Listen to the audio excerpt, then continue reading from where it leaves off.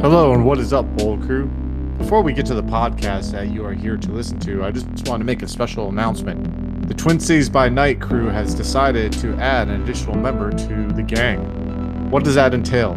That means that not only will you be able to potentially play in a future Demon the Fallen game that we will be running for our podcast and YouTube series, but you'll also be able to become part of the gang and be involved in future podcasts and other games that we may have going on the channel.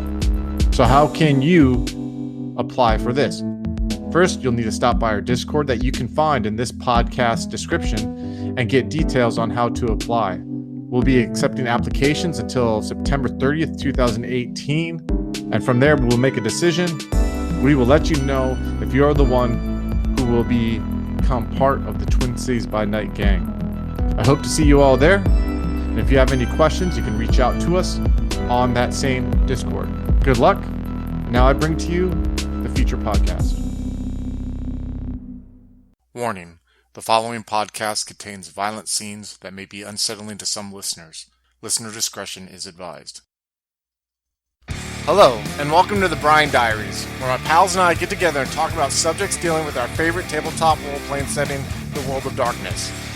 While we may not be subject matter experts on the game lines, we have a passion that has led us to create and share actual plays with you all. Eventually we thought, well shit, we might as well take a stab at a podcast, and here you go. Each episode we will have a guest content creator to join us to talk about whatever subject is on the table.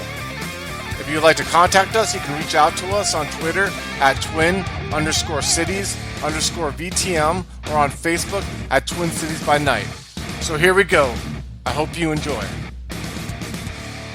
Hello and welcome to the Brian Diaries. What is up, Bold Crew? I'm joined by the homeboy A Drizzle, A Doggy Dog. I was figuring since we're like a crew and people call us the gang. Don't stop right now. Never, ever say that ever again. Okay, Andrew. I'm joined by Andrew here. I just thought, like, since some people call it the TCBN gang or whatever, like, we could have like cool names like that. But I guess I'm too old and dated for that. And I think like everything. I think with the onset of SoundCloud rappers, you'd be called like Little A or something like that. But I don't know. Anyways, that's just what I know. What is up, Andrew? What are you doing, bro? Stop. I'm cringing in my soul from that horrible intro. Deep in the bowels of your soul. You know, Andrew, when was it? Like a couple of months ago, maybe it was a month ago. You know, for those of you who are listening that don't know, when we do our actual plays, I usually set up like an hour before we play for people to join so we can, like, you know, get our tactical issues squared away or whatnot. And Andrew joined early one session like he always does. That was funny because I was actually in the middle of reading Stephen King's Pet Sematary, and I was at this really intense part and I wasn't looking at the screen. I had my headset on that I'm wearing right now, and all of a sudden I hear, "Hey, what's up, guy?" And I like scared the shit out of me, and I was like, "Oh wow, this is different." Andrew's like full of energy and like just like intense, and Andrew's like, "Everything's going good. I'm just having a blast. You know, played twice this weekend. We're about to play here." Da, da, da, da. And I was like, "Oh yeah," and I get pumped up because I'm like a total knuckle dragger. You know, I'm one of those guys that someone like starts like hooting and pounding their chest, I just do it automatically, not realizing why we're doing it. And I'm just like, "Yeah, everything's going great, yeah." And he's like, "Oh, don't mind me though. I had like 4 cups of coffee," and a little tear ran down my eye when I heard that, because I realized that I found another junkie of caffeine and cold brew in my buddy Andrew. So I just want to let everyone know that Andrew has been converted officially. He's hung out with me too much. Now he's drinking the cold brew. No. The thing is, I was secretly there all along. You just didn't know. Oh, you were hiding your addiction, man. You see, I'm beyond that. I'm like at the artist side of things, where I'm like openly showing my addictions. You know, I'm just that way. It's just that's just how I roll, dog. So, what have you been up to, man? Everything going good? I'm fantastic. As I was just talking about a little while ago, ran a game yesterday with my local group, my friends that I have here in the area. People that the people who actually introduced me to the World of Darkness in the first place. I owe a lot to them. They're great friends. They've gotten me jobs. They've gotten me friends. They're just people that I'm going to be hanging out with them tomorrow on Labor Day, just having burgers and just hanging out and talking. People that introduced me to the World of Darkness and the games involved, and it has really helped me to become a much better role player overall. Because before, my only experience with role playing was with Dungeons and Dragons. So I am so grateful to have these people around and just being able to play with them. And yesterday was a really fun experience because we went through and we played through the Giovanni Chronicles. We're almost at the end of it. There's a big, huge finale kind of scene at the end of the Giovanni Chronicles for those who haven't played through it. And that's depending on how your group rolls, that could take 10 minutes or that could take like 4 game sessions. You never know. For us, it looks like it's going to be 2 game sessions. Yeah, I love the Giovanni Chronicles because it was like White Wolf's early, I think it was their first Black Dog. I mean, don't quote me on that. I don't know, but it was definitely one of the earlier Black Dogs, and it kind of had some very mature tones. And I was lucky enough to play in Giovanni Chronicles Book One with Brendan from Full Metal RPG, and I learned a lot as a player and as a storyteller just seeing that style. So I love hearing Yeah. stories about the Giovanni Chronicles. I picked It's up a lot of clues from the way that the uh, Esoteric Order of Role Players, how they did their Let's Play of the Giovanni Chronicles, and when they played through the part one, and how she implemented their various how she made each individual character just so unique to the scenario.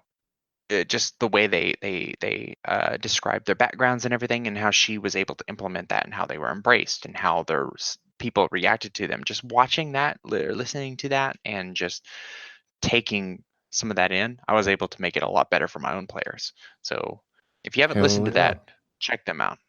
Yeah, definitely. Check out the Esoteric Order of Role Players. They have another badass set of duet Vampire the Masquerade stories, and check out Brendan Carrigan's Full Metal RPG. Shout out to both of them. You can also find Brian Diary episodes where we talked to both. We talked to Brendan about horror in the world of darkness, which is surprisingly one that I hear a lot of people say they enjoy. And then you can hear one where we talk with the Esoteric Order of Role Players about duet gaming. So check them out. Very good people in the scene. So people are probably tired of hearing you and I talk, Andrew, about coffee and stupid stuff like the Giovanni. So we should introduce our guest here. We have with us Klara from Onyx Path Publishing, a freelance writer. What is up, Klara? What's up? Nothing much, nothing much. Just sitting here dorking out about the Giovanni, and as you unfortunately had to sit there and listen quietly. Tell us a little bit about yourself, Klara, and what are you about? What do you have going on, so the listeners can know? Yeah, well, my name is Klara, as you already mentioned, and I'm a freelance writer for Onyx Path. And I've been in this industry for, I guess, not a year yet, I guess 8 months. And I write books and I run games. And I love and I do everything you can expect a role player to do, I guess. Um, so I'm currently on a couple of books that will come out very soon. None of my books are out, so I have, I can say I'm a writer, but no one can read what I've actually written yet, so it's kind of difficult to promote myself. But they will come out eventually. So I have Contagion Chronicle, which is coming out. I think that will be probably the first book coming out of all the things I've been on, because it's the first book I was on back in December last year. I think I began on that, and it's a crossover chronicle, and it's going to be amazing. Then we have Dark Airs 2 coming out as well, where I'm writing about the Scandinavian witch trials. And yeah, I am really excited about that, because I'm from Scandinavia. I'm from Denmark, and I'm an historic guide in my town as well. So it was just all the things I love in one book. So I just went ham on that chapter, and I put all my heart and soul and energy into that, and I'm so proud of it. So anyone who's interested in that, or any of the all the subject matters that will be in that book, go and buy it, because it's going to be amazing. Then I have Werewolf Shunned by the Moon, and it's antagonist book you can buy, and it has a lot of amazing different kinds of monsters and whatever you can expect from Forsaken. And that's going to be great too. I was hired for Changeling, Player's Guide to Changeling, the Dreaming, and that was my first World of Darkness book, which was exciting to be on as well. It was kind of like out of the blue. I had to write on that, and so it was a little hectic, but I really enjoyed it. I've been on Cold Divinity Lost as well, which is also coming out very soon, and Mummy the Curse, which is very exciting for me. So I don't know much about it yet. I can't say anything about it yet, but yeah, it's going to be good. See, I'm not gonna lie, and this probably makes me unethical as fuck, but I get super excited when I hear the content creators who like work like in the industry talk about these little things like Mummy. Like, okay, first of all, Contagion, I'm excited about. You guys are gonna Yeah. get my money for that. I already backed Dark Eras 2, but now like you said a little something about Mummy the Curse. Now I'm like little like woo. I'm sitting over here like dancing. Like the collector in me is like got ants in his pants. I'm just like sitting here like can't wait to hear more about that come out on social media. Definitely. You said the Scandinavia Witch Trial. What game line is that going to be in Dark Eras 2? Because I know like Dark Eras 2 is kind of doing something unique rather than having a time period specifically tied to one game. They're trying to have it to where one time period could be tied to a couple of games. Am I correct in that? Yeah, well, I'm actually not sure if I'm supposed to say anything about that. I got it. Yeah, let's take the safe in there, and I'll find out when I get my book one after since I backed Yeah, it, yeah. and Definitely everyone do else. that. Yeah, and everyone Your else can find teaser out. sounds incredibly exciting, Dude. regardless, because that little bit is just like, ooh, oh, tell me more, please. Yes, no, go on, don't stop. Yeah, well, exactly. And the thing is with the Scandinavian witch trials, you don't know much about it actually, because all the witch trials that's been in focus is Salem, and that's what we see in popular television. That's what we see in all the series. You don't see anything about the Scandinavian witch trials, and they were the most brutal witch trials in history. Like, we have one town that killed, I think it was 80% of all the members in like a witch purge in during a week. I mean, it was a small town. It wasn't a lot of people living in it, but still, that's just as It's pretty crazy. horrifying. Yeah, it is exactly, and we don't hear anything about that, and I don't understand it. So I'm on the forefront for that. I want to bring the good word of the witch trial in Scandinavian to the world. I absolutely I absolutely love the concept of Dark Eras. Now, mind you, when the first Dark Eras came out, I wasn't back into to the whole World of Darkness scene, and when I originally was into White Wolf stuff, the Chronicles of Darkness didn't exist. But I love the concept of Dark Eras, like different parts of history that can be used by different games. I'm actually am oddly surprised, or that has never been done really for the one World of Darkness. Now I know there's Dark Ages, mage, vampire, all that stuff, but I really thought it would be a cool concept to have something like Dark Eras, but for the one World of Darkness, kind of jump through different time periods and stuff like that in different settings. And I was really excited. I'm genuinely excited, and I may not even run some of the games that Dark Eras is going to cover, but I'm going to read it just to get like inspiration for running different games in that time setting, just as like kind of like a guide of information. And so I've been excited for that and seeing more of that when that comes out. That's really awesome. So you've also been busy though this weekend running a shit ton of games, haven't you? Oh yeah, I have. I asked White Wolf if they wanted me to run V5, as a promotional thing, and I wanted to run the game myself. So why not do it as a promotional thing and help them out as well?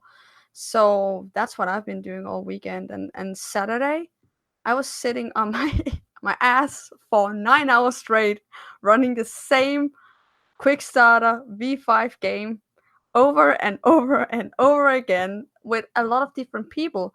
And it might sound tedious. It was at some point, but it was also an amazing opportunity to see how people run or attend the game differently, because despite the history of the game and the game being the same all of the time, they just ended up with different endings, all of them. And they did so many different things. And I think that's so inspiring and fun to see how it can be interpreted in so many ways. Yeah, it's funny that you mentioned that, because we have a game that we ran our channel called Wars on Fire, which is a Vampire the Masquerade Sabat one, and one of our actually someone who played in the game, Tillman, who's part of our gang here, is running it for his friends in Germany.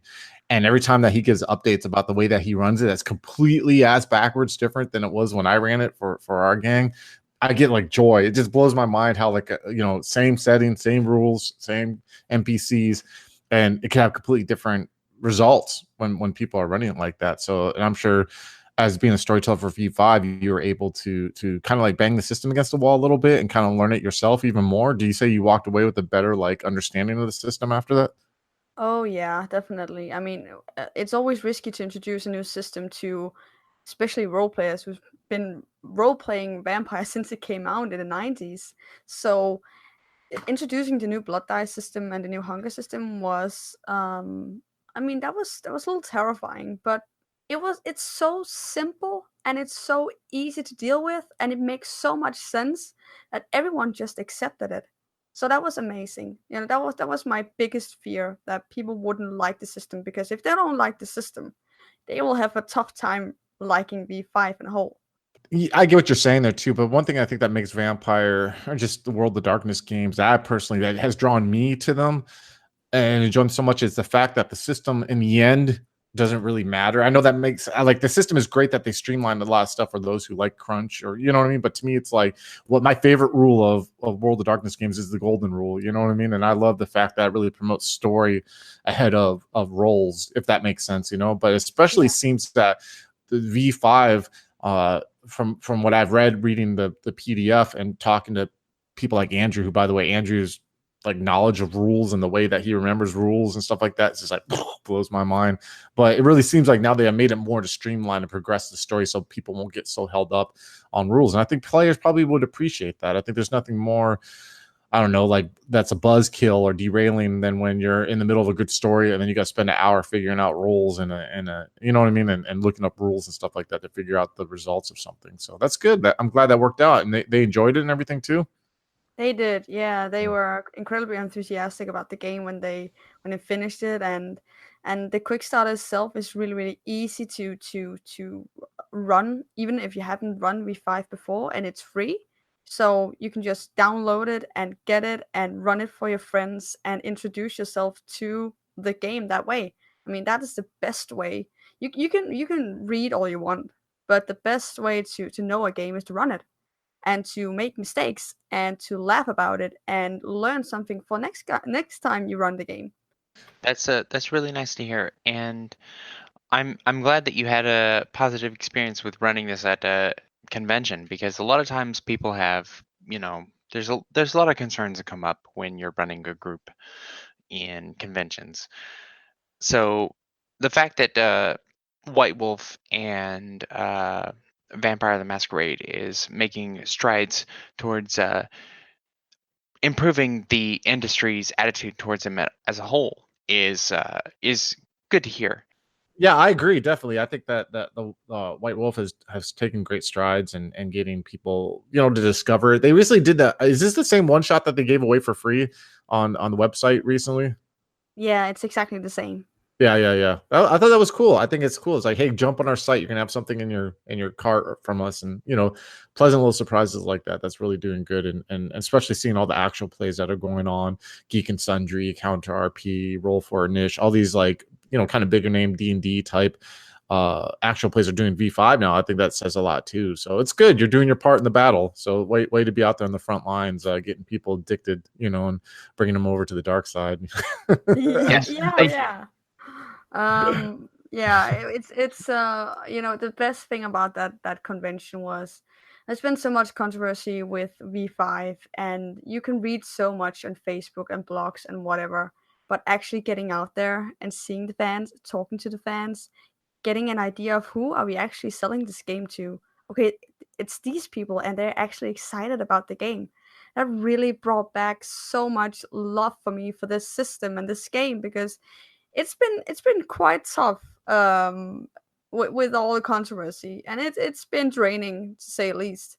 But getting out there, running the game, doing what you are actually supposed to do with the game, and seeing the fans in the eye and the community in the eye and talking to them about these questions they have, it's worth so much. It's so important, and for me at least as well as a storyteller, really.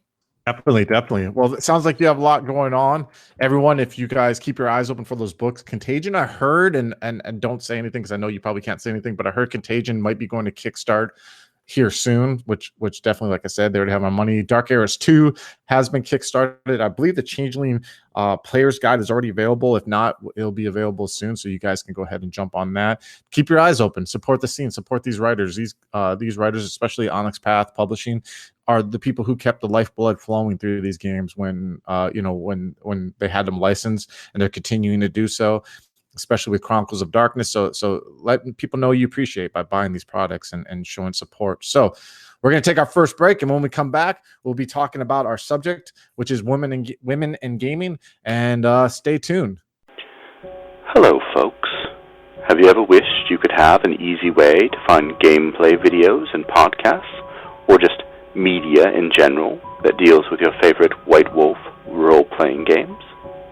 Or have you ever wished you could find a forum to share gameplay that you have recorded, one which wouldn't be drowned out by random posts and discussion, so that your media could get the attention you want? Well, we have the answer for you in a Facebook group we run called White Wolf RPGs Gameplay and Media. The group is specifically ran with the sole intent of it being a one-stop shop for people to view or share media involving the games we all love. We take thorough steps to ensure the page does not become cluttered and is easy to traverse. We are currently over 1,000 members strong, and we are continuing to rapidly grow with new media being shared every day. Stop on by.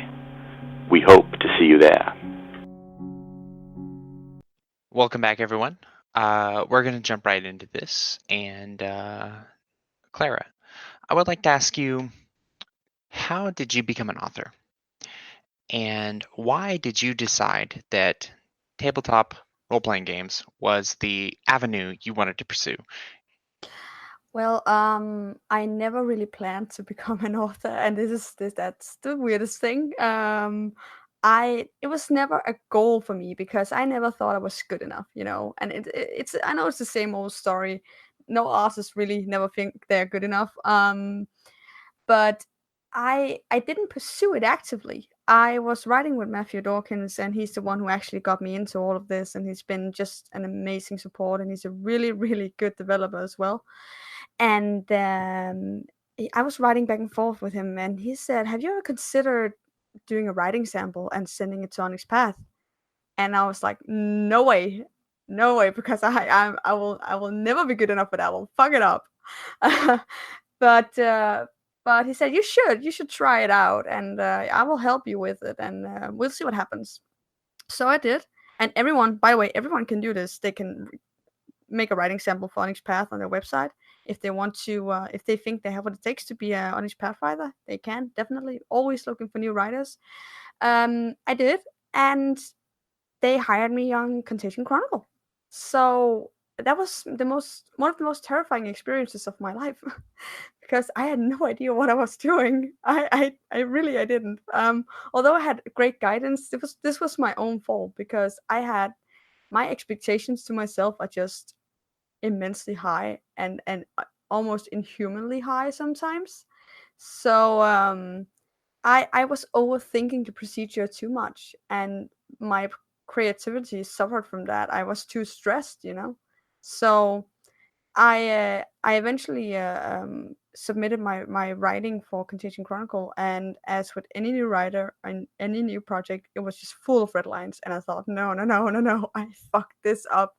What have I done? I knew I couldn't do it, but again, Matthew was he made sure that I understood this is completely normal for any new writer, and he helped me through all of this, and he's just really made me a much better writer than I was even 6 months ago. So that was really how I got into it.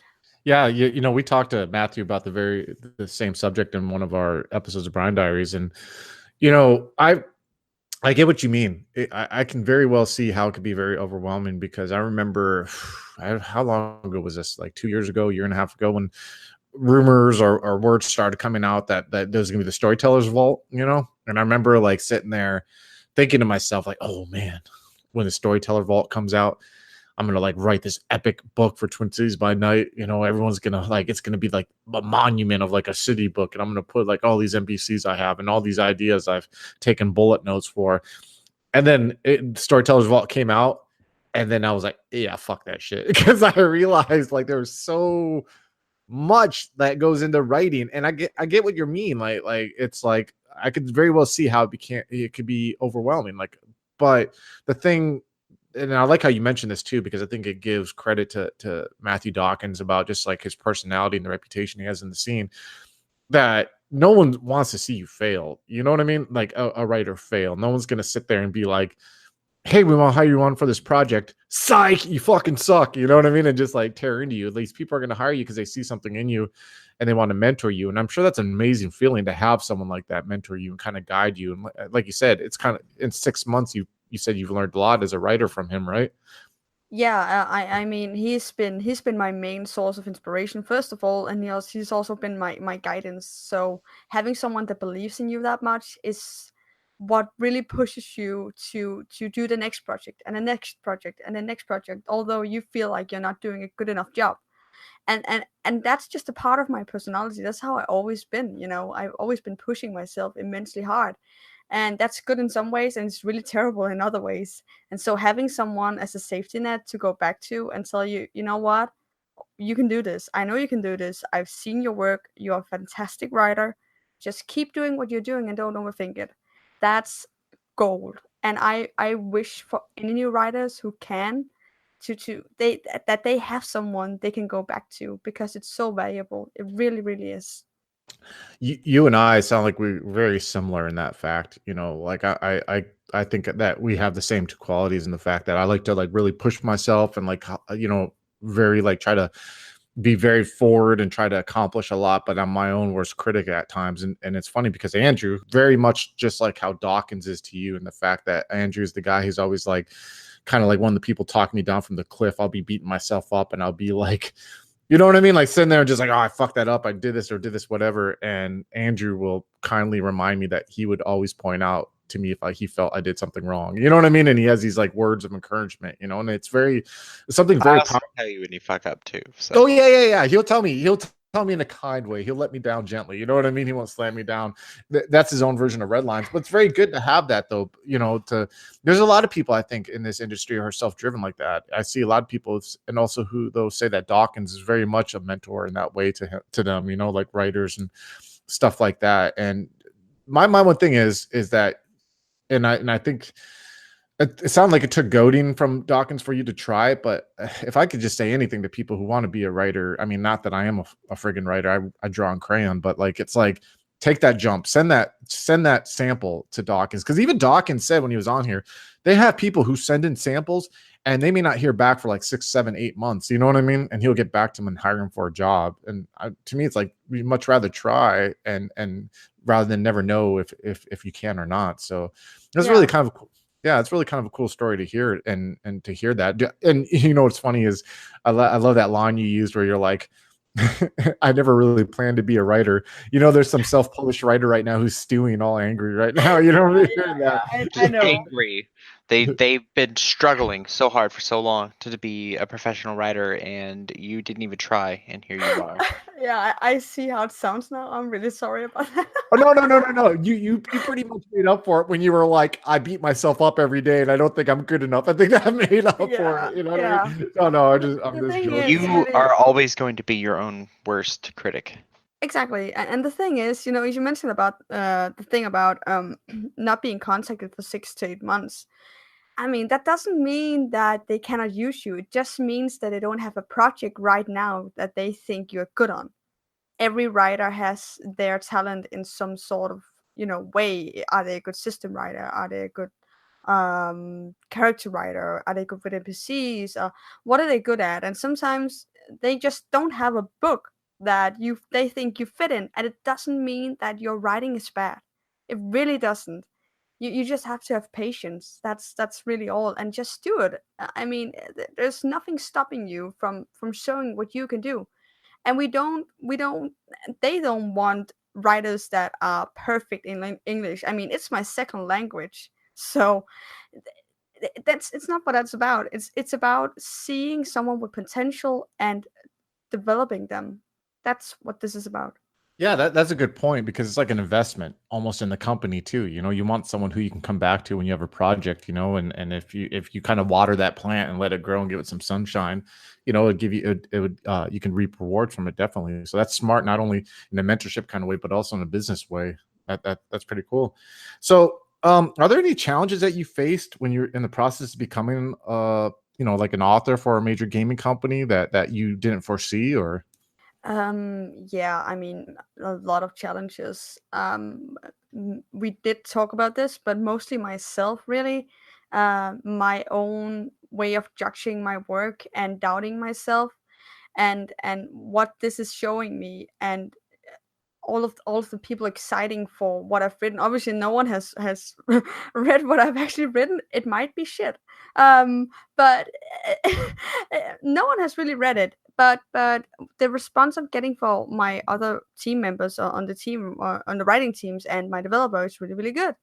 Um, and that really shows me that I can actually do this. And so this has been a learning experience for me too. Going from not knowing at all what I'm doing to actually have confidence in my work. So that's really been important for me. And challenges. I think my biggest challenge is I love writing background stories. I love writing locations and NPCs. I love writing fluffy text. But system, I'm really bad at system. And that's the thing I have to work with, really. I really have to be better at writing system. And seeing that and acknowledging that you have a problem in a certain area in your writing is so important. And not being, too proud to admit it and say to your developer, you know what, I have no idea what I'm doing here. Please help me. So yeah, there's definitely been a lot of challenges, and also just building a reputation and building a name is really difficult. Because again, I've never really, I'm a nurse. I don't do that. I just work at a hospital and help people, and I don't promote myself. So doing that has been really hard and weird and difficult, and all of a sudden getting followers on Twitter. That's just so weird, and I don't know these people. It's not my family or friends. It's not my dad. That's so weird to me. It's actually people from all around the world that likes who I am and what I do, and it's an amazing feeling. Yeah, you know, it's funny because we kind of went through growth as a channel podcast with our social media presence, you know, like where, and I'm still at times somewhat uncomfortable, but I realized because, you know, we're like a nonprofit actual play, whatever podcast, but you know, you do want people to hear your stuff. You put in this work, you put your stuff out on the interweb, you know, you're doing that because you want to be heard. And so I've slowly figured out that like we were going to have to use self-promotion because, you know, no one's going to do it for you. You know, no one's going to sit there. I mean, some people may word of mouth you, but if you really want to get noticed, you got to go in there, put in the work. And I found that Twitter and stuff like that is a must. And that's one thing I tell a lot of people who do content creation. It's like, you got to get out there and promote yourself because no one's going to promote you for you. You may get like a nod, you know what I mean? Someone may be nice one day and retweet or whatever, talk to someone about you, but you got to get your name out there because it just, today's world, that's how it works. You know, it's if you want to get recognition, you want to get discovered, you have to do that. But I found and I still do deal with the same issues that, like you said, where you're like, I don't know, you know, someone compliments me, that's where I get, I feel awkward. There's been times where like some people have said stuff about our stuff and I'm like, yeah, cool, when I'm like behind Twitter, you know what I mean? But like on our Discord where I talk personally to people and they say something nice about me and our games, I get really like, you know, that's another thing Andrew creates. Chris will freeze up and he'll just like, he doesn't know what to say, and he's like, guys, help me, please. Yeah. And one of us has to step in and just kind of just make him not feel awkward. But if I'm behind our Twitter account, it's not me, it's Twin Cities by Night, and I can like sit there and be like, yeah, cool, bro, thanks. But like in the real, if it's on Twitter and it's me, or if it's on like Discord and it's me and someone's talking to me, I get like, I don't like compliments, it makes me weird. But no, and it's funny because some people who listen to our stuff like Wayward Ginger will be just like, shut up and take the compliment. I'm like, all right, cool. Take it. Chris, just shut up and take it. That's should be your motto for a while. Just shut up and take it. Yeah, definitely step away from the cold brew. Shut the fuck up. All right. Well, that kind of ties in a little bit to another question I wanted to ask, and in regards to other women in the gaming industry, because Ginger, she's a woman who is heavily involved in our own Discord channel, and she pays close attention to our actual plays, and she listens to everything, and she's heavily involved there. And for you specifically, were there any women that you looked up to? Anyone that is involved in the industry, whether they're writers or other people involved in the gaming industry that you looked up to and you took inspiration from whenever you were trying to get, make your name out there? Oh man, and that's a really difficult question because I I grew up with uh, the old school World of Darkness games, and that was primarily written by males. I mean, let's face it, it was, and that's where I got all my inspiration and all my drive to write myself from.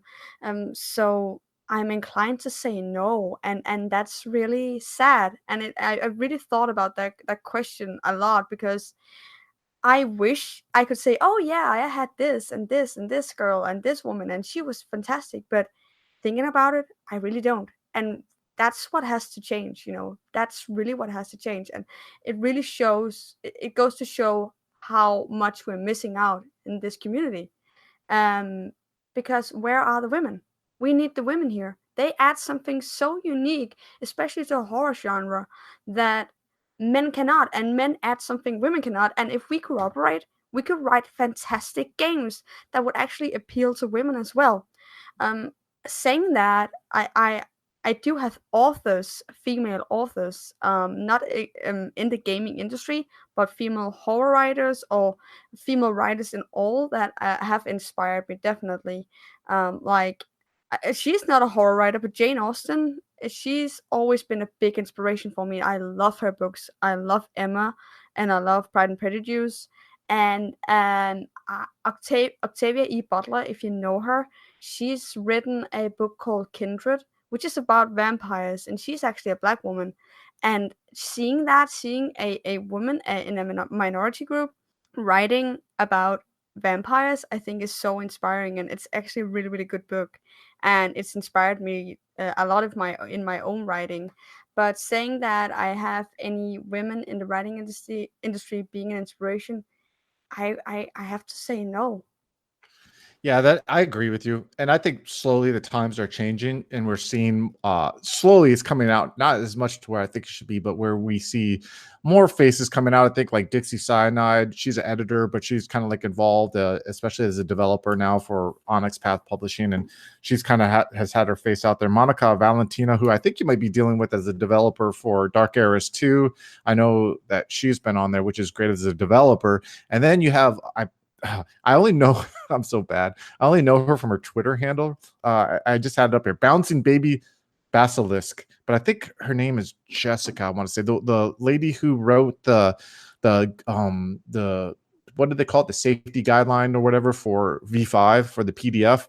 That late edition that happened, like where she kind of like about the X card and stuff like that, so slowly I think there are more ladies coming out there, but like I agree with you 100%. I think it should be eventually where we shouldn't have to sit here and struggle, you know what I mean, to name them. Oh yeah, And yeah, yeah. And I mean, it's only right now that we have all these women coming out, and they need a fair chance to build up a reputation and build up some books and make a name for themselves before they can act as a really good inspiration for other women. We are just coming out of our starting halls, and that's amazing to see, but we haven't gone as far as to um have years and years and years of experience in this industry, and that needs to happen now, and that's what's happening, and it's just the very beginning of it, and it's so exciting to be a part of. I'm really grateful that you are one of those people who's being involved in the process, and that you potentially could be one of those women who could be an inspiration for others who are looking to get involved in the scene. I hope so. And yeah, Yeah, I hope so too. I hope that you can be that person for someone else, someone who can just be an example for others and be a role model for others trying to get into the writing industry. And with that in mind, what kind of advice would you give to other people who are trying to get involved? What advice would you give to other women who want to be involved in writing, people who want to get involved in tabletop? I mean, my my biggest advice would be to it's easy to say just do it because it's still a male dominated um you know part of the industry, and especially the tabletop role playing, and still in some lab industries it can be difficult to come in as, say, a lone female with or two females in 20 male players. It can be very difficult and it can be daunting. So I would say read up on your material, get familiar with the games, and prove that is, despite you being a woman, you are just as capable and just as valuable as any other man and any other person at the game you're attending. And use your use yourself and use your confidence to show that that you um you can be a part an active part of the game just as much as anyone else. So jump into it and do it with confidence and believe in yourself, really, and believe that you have what it takes to be a part of an industry that can be pretty tough in many ways. Yeah, confidence is fucking everything in life. I'm sorry. You know what I mean? Like you know, like you said, you're full of doubt at times. I'm full of doubt, but also I think it takes amount of confidence to be public facing like you and I are, and you know what I mean, or other people in the industry to be able to. It's scary. It's scary to put your stuff out there. You know what I mean? To put your podcast, your writing, your YouTube series, Twitch, whatever. But it takes a little bit of confidence to do that. You got to have, you know, to try. You know, and a lot of people, I can never imagine. I can never put myself in the shoes, but I can imagine being a female trying to get into the writing industry and feeling, you know what I mean, overwhelmed, seeing the odds and stuff like that. But you forgot It one. can be intimidating Oh considering yeah, a lot of Yeah, people are going to be like a lot of people who, even though they aren't openly against you, are still going to be like resistant. yeah. I mean, sometimes when I feel like I'm not appealing to a larger crowd, I always think of I've read this somewhere on the internet, but I think of myself as being this weird indie band, and although a lot of people won't like me, there will always be this small tiny group that will love me and love the work I do, and that's the key, you know. That's having this group that actually likes your work.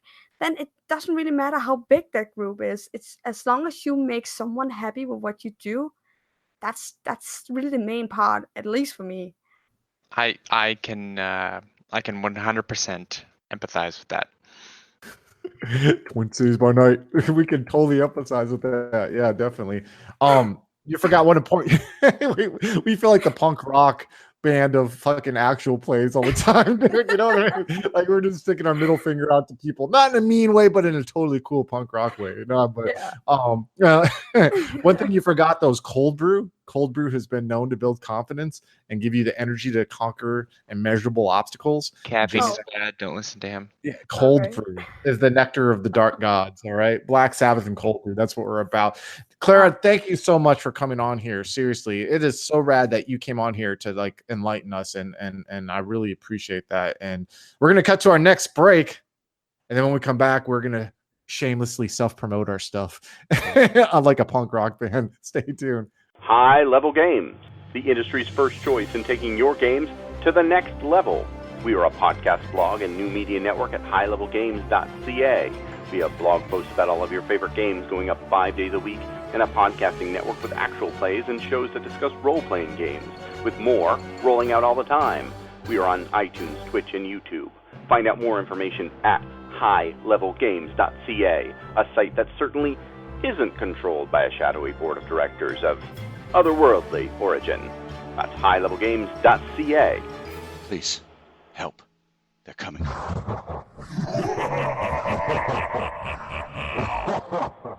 All right, welcome back. Here's where we shamelessly self-promote ourselves and talk about my absolutely fucking favorite thing in the world after my wife cold brew Black Sabbath, Guns N' Roses, Faith No More, and reading is actually doing this podcast and all this amazing stuff that I get to do with my pals. So what do we have on the schedule for coming month?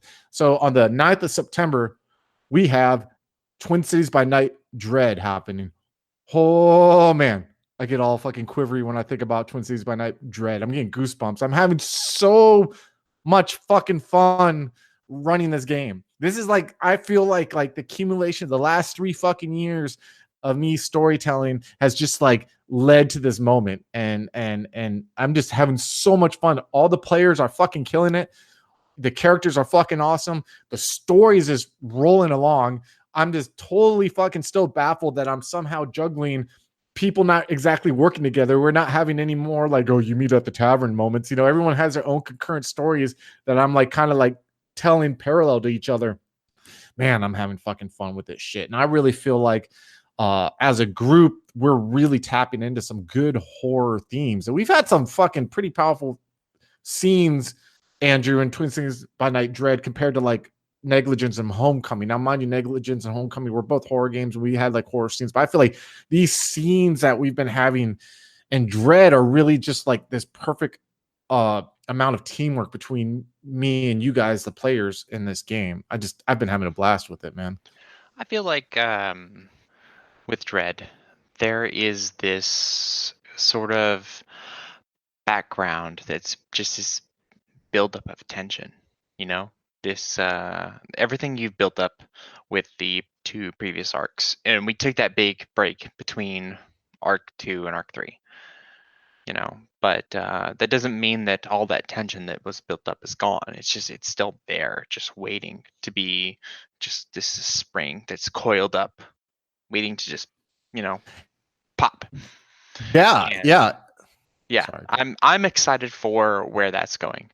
And the fact that you were able to just build up all this tension between all of the non-player characters and the player characters and just have all this like this interaction, it's going somewhere exciting, and I can't wait to see what happens, because I don't think anyone, yourself included, really knows what's going to happen just yet. Yeah, that's what's been awesome about this, is the fact that I feel like, the lack of a better term, the dread and the tension and the story is like its own NPC, its own backdrop of the game. You know, you can feel it there. I feel like you can totally feel it in the game. No matter what player perspective, you can sense there's just this electricity that's in the story that's moving along, and you're just waiting for that lightning and thunder to hit. And I have no idea how it's going to end up. I mean, I have an idea how the story, like, you know what I mean, the plot points, but I don't know how the players are going to react. And it's really, the players have added some fucking incredible, every single character in the story has had an incredibly powerful scene, at least one, if not more, you know what I mean, that has been of their own making. And in a lot of ways, it's very, very, very much like War is on Fire, a Sabat game, but I feel like this one I have more of an overarching story. I've figured it out, but it's just great. I love it.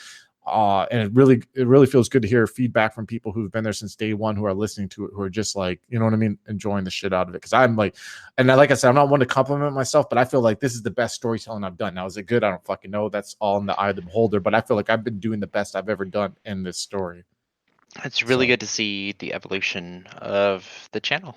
Dude, right? Like, right? Seriously, it's fucking mind blowing at times just to like look back and be like, this all started me recording on YouTube as like a backup, not having any idea what I was doing. Hey, look, like, I'm doing that right now with my local game, so maybe that'll turn into something. Who knows? Yeah, definitely. It's awesome, man. And then on the 16th of September, we have Changeling: The Lost Vanity, which our homeboy Adam is running. And man, that story's got some fucking legs, dude. Like, I shit you not, man. And we keep saying this, but if you have never listened before, this is the first time that Adam has ever story told a game, period, point blank. And he's running Changeling Lost. And he has picked up the most horrific themes of Changeling and highlighted them and made them show up. And he's talked about, he's been following 2E for a while, right? And he's been talking about like implementing some of that. So the fact that he's looking into it and how excited he is about it and the potential for even maybe future arcs going on in 2E and beyond, that just has me more excited. Like even just now with what we currently have going on in that chronicle, it's really, well, it's really just, there's so much drama, between the characters, and him being able to bring to life all these non-player characters who are just these people that just have their own like motivations, and just these dark secrets, and you're just this viewer just watching going, oh shit, what is he going to do next?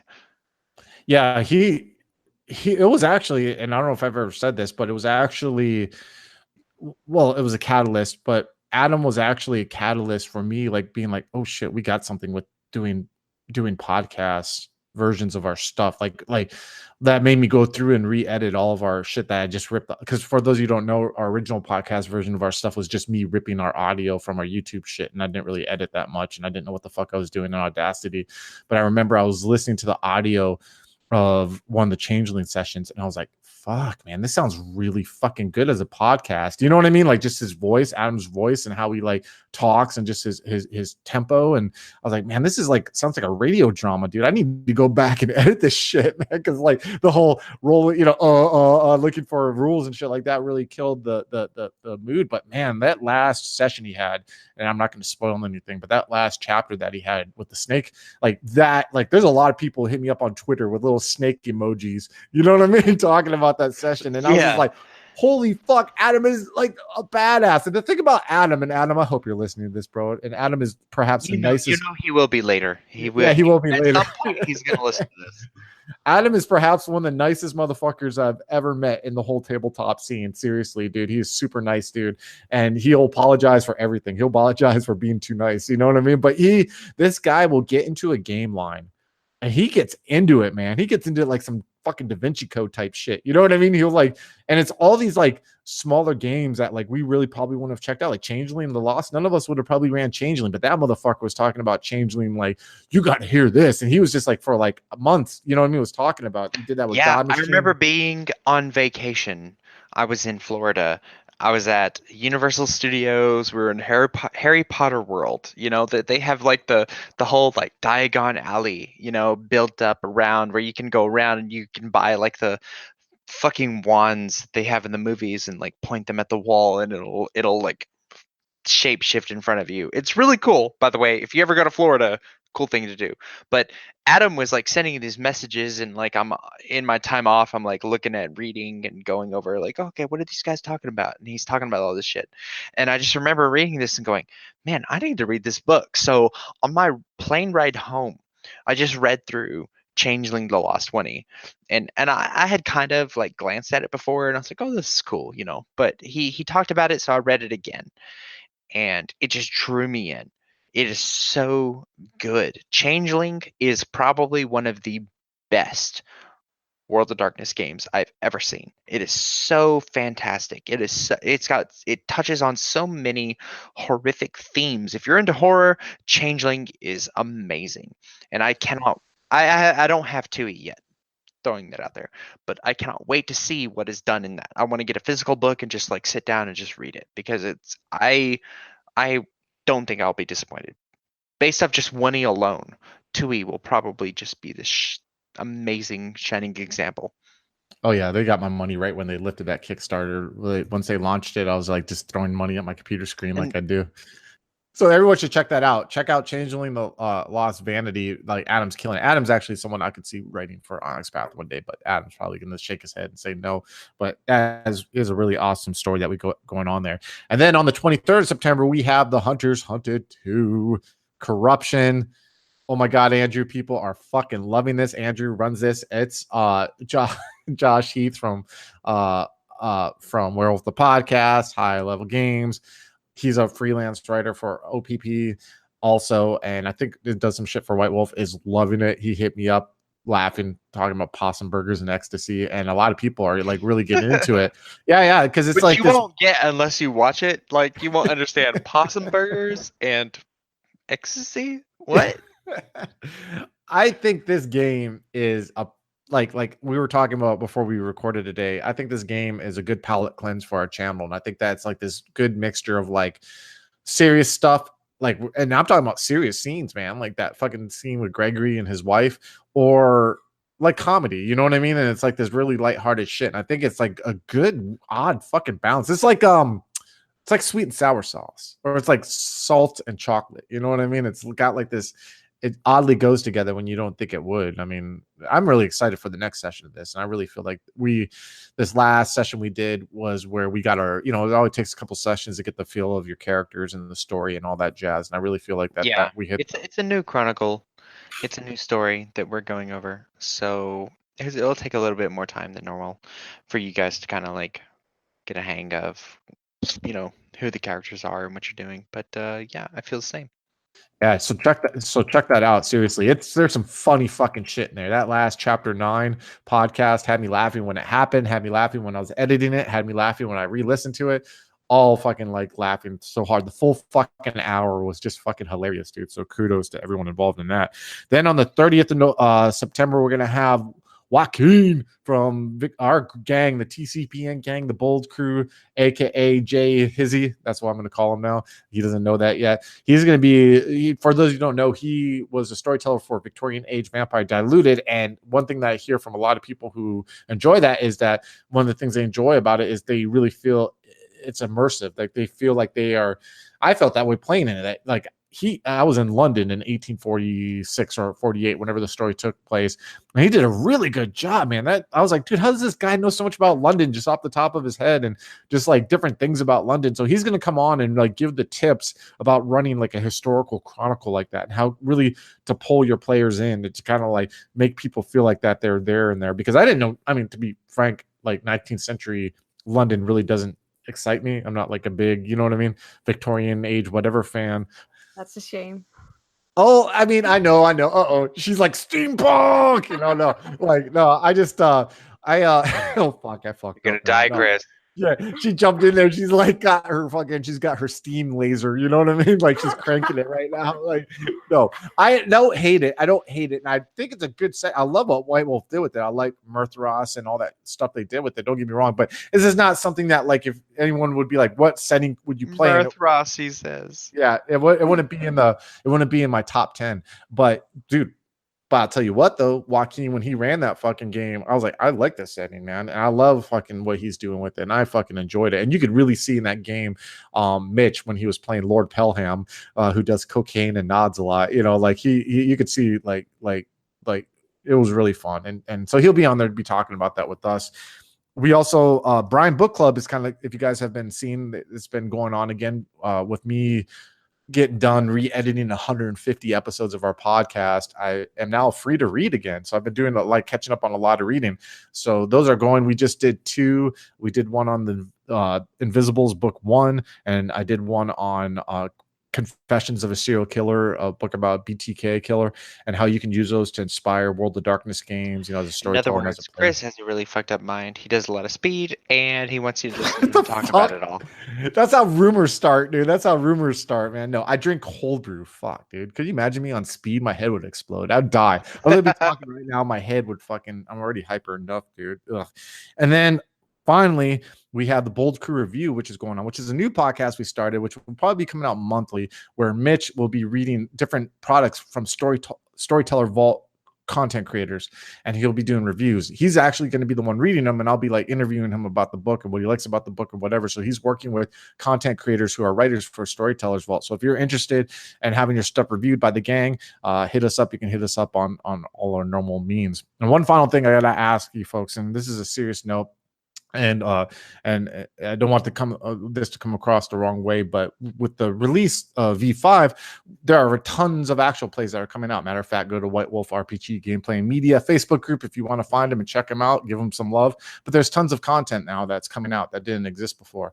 And one way for content creators to stick out is reviews on iTunes, at least for podcast version. I don't know what like Steve Jobs did to make it where iTunes is such a powerful fucking tool in the podcasting community. If he like sacrifice goats and drink cold brew to the dark god. I don't know, but like for some reason, iTunes has this immeasurable power when it comes to being discovered as a podcast. Even if your listener base is only a quarter of your listener base is from iTunes. So where am I leading with this? If you have time and you have an account, it would mean the world if you could give an honest review on iTunes. I'm not going to ask you to like what to put on there or whatever. I'm just saying if you happen to enjoy our content and you would like the world to find us more, other listeners to find us more, one way you could help is by reviewing us on iTunes. That would mean a lot. That's all I got to say about that. But it would be one final thing. I want to hit on something before you do finish the outro. Okay. Mm-hmm. And that is, if you're listening and you're wanting to maybe, hey, how can I get in on this whole Twin Cities by Night thing? We have a Discord channel. We have an interview process going on right now. If you want to get in on our games, if you want to be involved in our games, you want to be part of the crew, you can go on our Discord channel, you can apply. We're looking for someone to join us who can just be part of the crew, game, hang out, have fun. So if you want to be one of those people, join our Discord, fill out the application. We're going to pass it around between all of us and we're going to decide on somebody. You have until the end of September to hop on there, send an application in. We want to make sure that everybody who applies, that whoever we decide on is going to be someone's going to fit within our group. We want somebody who everyone agrees is like, hey, we like this person. We want them to join us. We want them to be part of the channel. We want them to be part of our podcast, everything. So if you have ever had the inspiration that like, hey, I would really like to do this, give it a shot. Yeah, definitely. Come by the Discord. It'll be in the notes of the description. You can find us there. And if you just want to stop by and shoot the shit with us, all of our players are on there and we're always talking. And it's actually really fucking busy. And props to Andrew for that because he was the one who kept pushing us having a Discord. And I wasn't sure. And he did it. And it took me like 6-7 months to convince Chris to open up a Discord channel and like start inviting people to it. Yeah, and we got like 180 some members now, which is pretty fucking mind-boggling, dude. Like it's cool. And like so come by and check it out and talk to us too. Or join the gang, man. Like we're getting in on the future Demon the Fallen game, which is gonna be ran on our channel, which is gonna be rad. So other than that, Klara, thank you for joining us. Do you have anything you'd like to say before we let you have your freedom again? Well, it was a pleasure, first of all. And if anyone wants to follow my work and what I do, I can be found on Twitter on @xladygamerx. And if anyone is interested in running the new Quickstarter World of Darkness V5, you can go on worldofdarkness.com and just make a user, and it will pop up in your inventory, and you can download it. It's that easy. Hell yeah! Why not? Get free shit, right? They're giving you free shit. Get it. Run it. Yeah, have exactly. fun with it. Exactly. All right, everyone. Awesome. Thank you. Yeah, thank you for checking us out. I would like to say in my most friendly radio voice, listen to Black Sabbath and drink cold brew. And I hope you guys have a good rest of your month. I will see you then. Leave me alone. I want to talk to my friends without you guys being snoopy motherfuckers. Have a good month, guys. Talk to you later.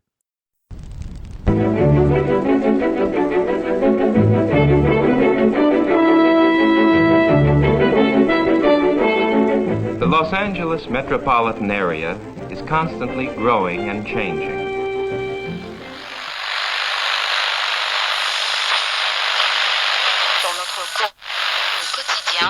The Central District is full of new buildings. The Hollywood and Wilshire districts, once far from downtown, now are part of it which spreads past Beverly Hills and out to the ocean.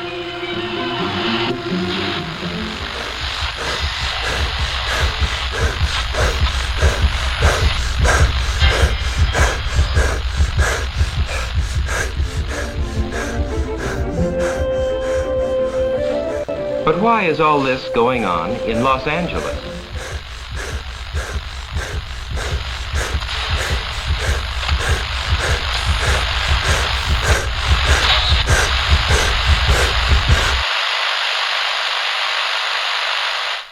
Why is Los Angeles an exploding city?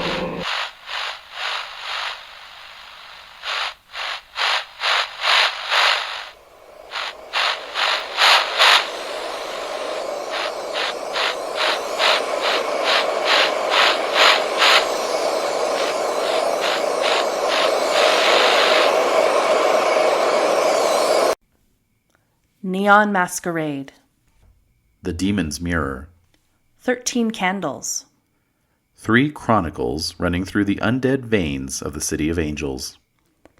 The Esoteric Order of Roleplayers Actual Play podcast invites you to drink deeply. Go to eorpodcast.com and search the duets tag to find out more.